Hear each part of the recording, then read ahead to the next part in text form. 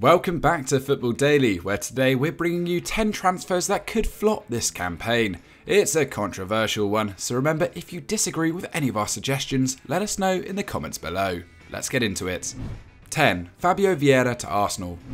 There's no doubting that Arsenal have had an impressive transfer window, with most of their signings filling out the needs identified by Mikel Arteta. However, one that currently sees his role less clearly defined is Fabio Vieira, who the Gunners signed from Porto for £31 million, the same amount of money they paid for Martin Ødegaard a year ago. And it's the Norwegian's position as an attacking midfielder that the Portuguese 22-year-old is most comfortable in, having scored 5 and set up 14 goals in that role as his former club won the Primeira Liga last campaign. But with Ødegaard having been handed the captaincy by Arteta, it means Vieira will have to become more versatile to benefit his manager. Arteta has already suggested that he will likely play in central midfield, a position he has occupied for barely 10% of his career. Another sticking point is the fact that Vieira missed pre-season due to injury and is currently building up his fitness. And if Arsenal maintain their strong start to the Premier League season, it could become even harder for him to force his way into a settled and performing starting lineup. He needs to take his chance when he eventually gets it.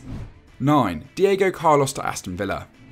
When Aston Villa announced they would be signing Sevilla's Diego Carlos for a fee of £26 million, many were impressed. Here was a 28-year-old centre-back who had made over 130 appearances for a side considered to boast one of the strongest defences in La Liga, conceding just 97 goals in their last 3 seasons. For context, only the two Madrid clubs have let in fewer since the start of the 2019-20 campaign. Carlos was even named as vice-captain in his first pre-season match under Steven Gerrard. Such was his expected influence for Villa, but 2 games in and it couldn't have gone much worse for the Brazilian. Making his home debut for the club in a 2-1 victory over Everton, the defender suffered a ruptured Achilles tendon, potentially ending his season already. The injury will see him ruled out for a minimum of 6 months, and Villa look to be re-entering the market already to find another centre-half. And it's no guarantee that Carlos gets back to his best upon recovery either, with an injury like this often impacting a player for the rest of their career. Of course, we're hopeful he can show in future why Villa splashed so much money on him in the first place, but right now it's not looking promising.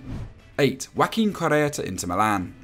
This is actually Joaquin Correa's second season with Inter Milan, having spent last season on loan at San Siro, and the Argentine enjoyed an instant impact on first arrival, scoring twice in a 16-minute cameo to earn his side a 3-1 victory over Hellas Verona. Since then though, it hasn't gone to plan, with the 28-year-old forward scoring just 5 more goals and only making 12 starts. But thanks to an agreement that the Nerazzurri had in place with Lazio, they were obligated to sign Correa this summer, spending a precious €24 million on a player they really didn't need, with Romelu Lukaku returning to San Siro as well. In fact, almost as soon as he arrived permanently, he was touted with a move away, with Premier League sides including Leeds and Newcastle both on the hunt for an attacker. Correa featured for just 3 minutes in the season opener, and will have to fight for game time with Edin Dzeko, who scored 17 goals for Inter last campaign, and behind Lautaro Martinez and Lukaku, who showed impeccable understanding in Inter's recent 3-0 win over Spezia. Never mind Correa may be becoming a flop for Inter Milan, his signing might be a decision the club are already regretting. 7. Gianluca Scamacca to West Ham.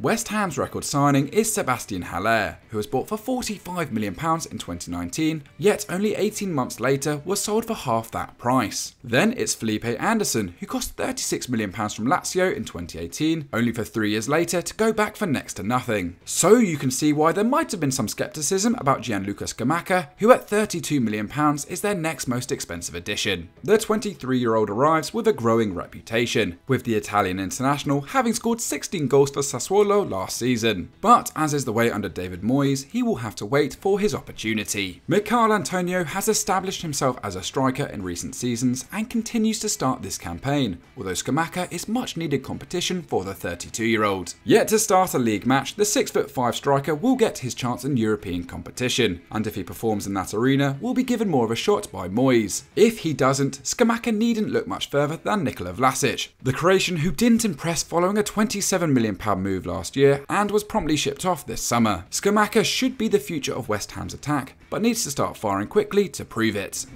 6. Mikhail Damsgaard to Brentford.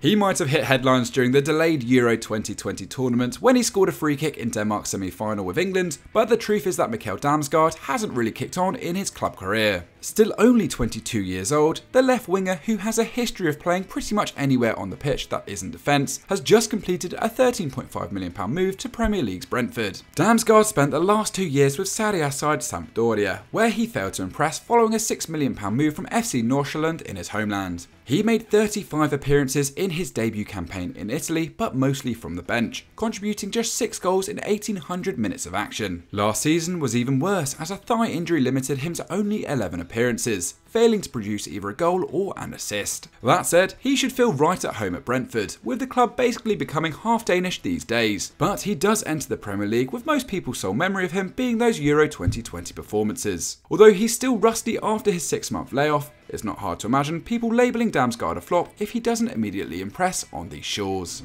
5. Emmanuel Dennis to Nottingham Forest. Having signed 16 players at the time of writing, it's almost inevitable that at least one of Nottingham Forest's new boys will not live up to expectations. After all, they're still being tipped for relegation following playoff joy last campaign, despite bringing in proven Premier League names like Dean Henderson, Sheikh Kouyaté and Jesse Lingard. However, here we shall take a look at Emmanuel Dennis. Forest signed the striker from relegated Watford in a £20 million deal, with the Nigerian having impressed in the top flight last season, with his 10 goals double any of his teammates' output. There was expected to be plenty of interest in Dennis over the summer, but before this move it only really came from West Ham, who apparently pulled out of the transfer after the player failed their character checks. And these concerns are supported by reports that the Watford dressing room will be a far more harmonious place without Dennis, with some players even said to have celebrated his departure. Now, of course, Forest fans won't mind if he provides the goods on the pitch, but if the club starts to struggle, Dennis could ultimately prove to be more trouble than he's worth. 4. Lisandro Martinez to Manchester United.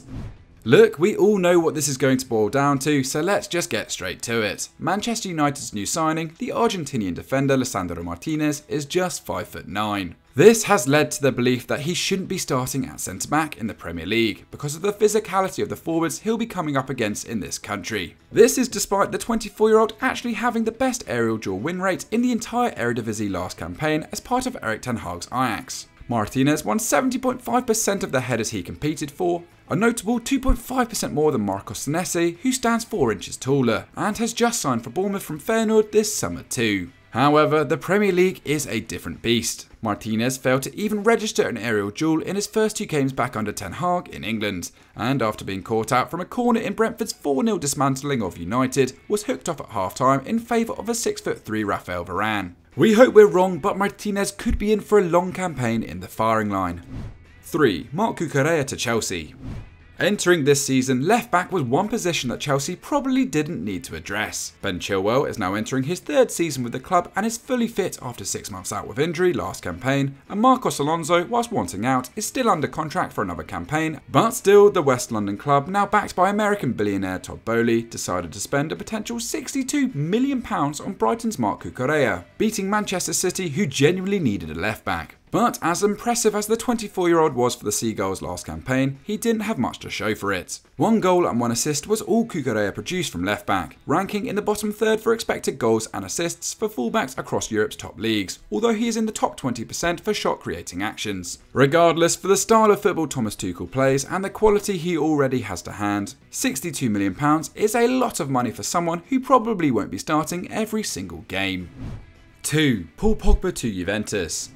For the 2nd time in his career, Paul Pogba has left Manchester United on a free transfer and opted to join Juventus. But if the Bianconeri are anticipating the Pogba that became an instant success in Turin a decade ago, who won 8 trophies and contributed 74 goals in 4 years, they might just have to temper their expectations. The 29-year-old hasn't topped 2,000 league minutes since the 2018-19 campaign, having missed over 70 games in the last 3 years to a succession of ankle and hamstring injuries. And when he did step foot on the pitch last season, season, he produced a number of mediocre performances, admittedly in a floundering United side, with his most notable moments probably being the red card he received in a 5-0 defeat at home to Liverpool. But he's away from all that now, although he does start his second stint at Juve in the physio's room, suffering a knee issue days into the club's pre-season schedule, leading to fears he's the heir to the injury-prone Aaron Ramsey. He is meant to be the star driving Max Allegri's side back to the summit of Serie A, but that's something he won't be able to do the longer he spends on the sidelines.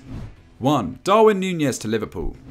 Regardless of what you think of his abilities, there's no doubting that Darwin Núñez is a prime flop candidate. The 23-year-old is coming off one good season outside a top 5 league and could end up costing Liverpool as much as £85 million, almost £35 million more than Manchester City spent on Erling Haaland, who can match the Uruguayan 70 professional club career goals in the last 2 seasons alone. Sure, that is the obvious comparison, but there is more. Whilst other players like Diogo Jota and Harvey Elliott are expected to step up, Núñez will likely not contribute the 23 goals a season that Sadio Mane has averaged over the past 4 seasons, whilst he also won't be involved as much in build-up play as Roberto Firmino. The Brazilian was in the top 1% for passes completed by a forward. His new teammate, on the other hand, ranked in the bottom 15%, attempting just 18 a game, and only completing barely half of them. There's no doubt that Núñez could be brilliant under Jurgen Klopp, but as his matchup against Crystal Palace's Joachim Andersen showed, he's got a lot to learn. So that's our pick of 10 transfers that could flop this season. Remember, that's a possibility. They could all be rip-roaring successes and will look silly. Either way, let us know what you think in the comments down below. Like the video and subscribe to FD if you haven't already, and we'll see you next time. Bye bye.